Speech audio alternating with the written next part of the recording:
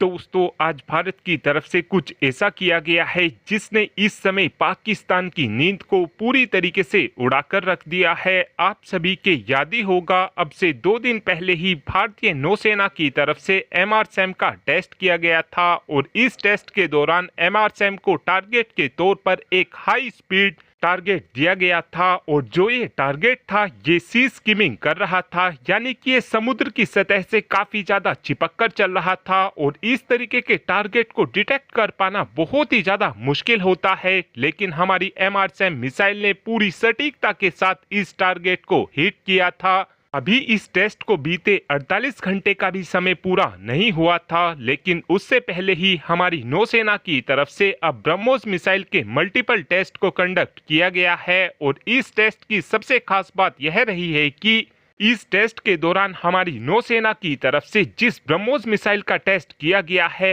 वो long range BrahMos missile थी और इस मिसाइल की रेंज 800 किलोमीटर के आसपास है। और आप सभी ये बात अच्छे से जानते हो कि इस समय जितना चाइना ब्रह्मोस मिसाइल से खौफ खाता है उससे कहीं ज्यादा पाकिस्तान ब्रह्मोस मिसाइल से खौफ खाता है, क्योंकि अब से कुछ ही समय पहले भारत की एक ब्रह्मोस मिसाइल गलती से मिसफायर होकर पाकिस्तान के मियां चानू के इलाके में जा गिरी थी और उस समय चाइना के डिफेंस सिस्टम पाकिस्तान में तैनात थे, लेकिन चाइना के ये डिफेंस सिस्टम हमारी ब्रह्मोस मिसाइल को डिटेक्ट तक नहीं कर पाए थे। साथ में एक अपडेट हमारे 5.5 जनरेशन के एमका फाइटर जेट के इंजन को लेकर भी आया है, जहां पर इस समय हमारी जीटीआरई यानी कि gas turbine research and establishment की तरफ से ये बात बताई गई है कि जो हमारा एमका फाइटर जेट होने वाला है, इस फाइटर जेट के अंदर हम 6 जनरेशन के इंजन का इस्तेमाल करने वाले हैं। साथ में gas turbine research and establishment की तरफ से ये बात भी बताई गई है कि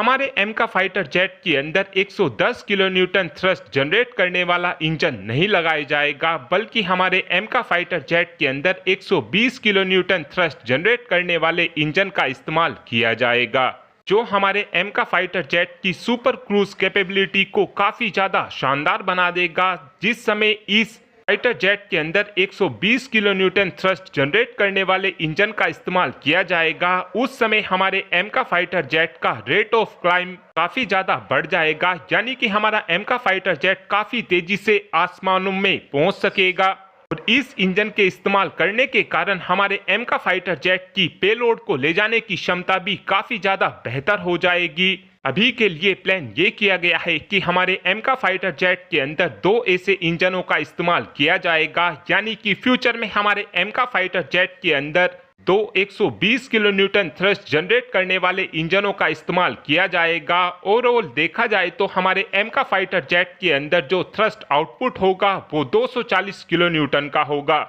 जो हमारे एमका फाइटर जेट की क्षमताओं को बिल्कुल नेक्स्ट लेवल पर पहुंचा देगा। साथ में एक अपडेट हमारे सूर्यास्त्र मार्क 1 को लेकर भी आया है। आप सभी के याद ही होगा, अगस्त 2023 में हमारी नोएडा बेस वेदा एरोनॉटिक की तरफ से हमारी वायुसेना के साथ एक 300 करोड़ रुपए का कॉन्ट्रैक्ट साइन किया गया था और इस कॉन्ट्रैक्ट के तहत हमारी वायुसेना के लिए 200 की संख्या में सुरेश अस्त्र मार्क 1 लॉइटरिंग एमिनेशन की खरीद को किया जाना था। और अब बताया ये जा रहा है कि जो ये हमारी वायुसेना के लिए सुरेश अस्त्र मार्क 1 की खरीद की जा रही है, इन लॉइटरिंग एमिनेशन की जो लंबाई होगी वो 3.5 मीटर की होगी और इनके पंखों की चौड़ाई 3 मीटर की होने वाली है और ये फुल कैपेसिटी में 90 केजी के साथ में आएंगे। इन ड्रोनों की रेंज 150 किलोमीटर के आसपास की होगी और इन ड्रोनों की मदद से हम कोऑर्डिनेट स्ट्राइक भी दुश्मन देश के ऊपर काफी आसानी से कर सकेंगे।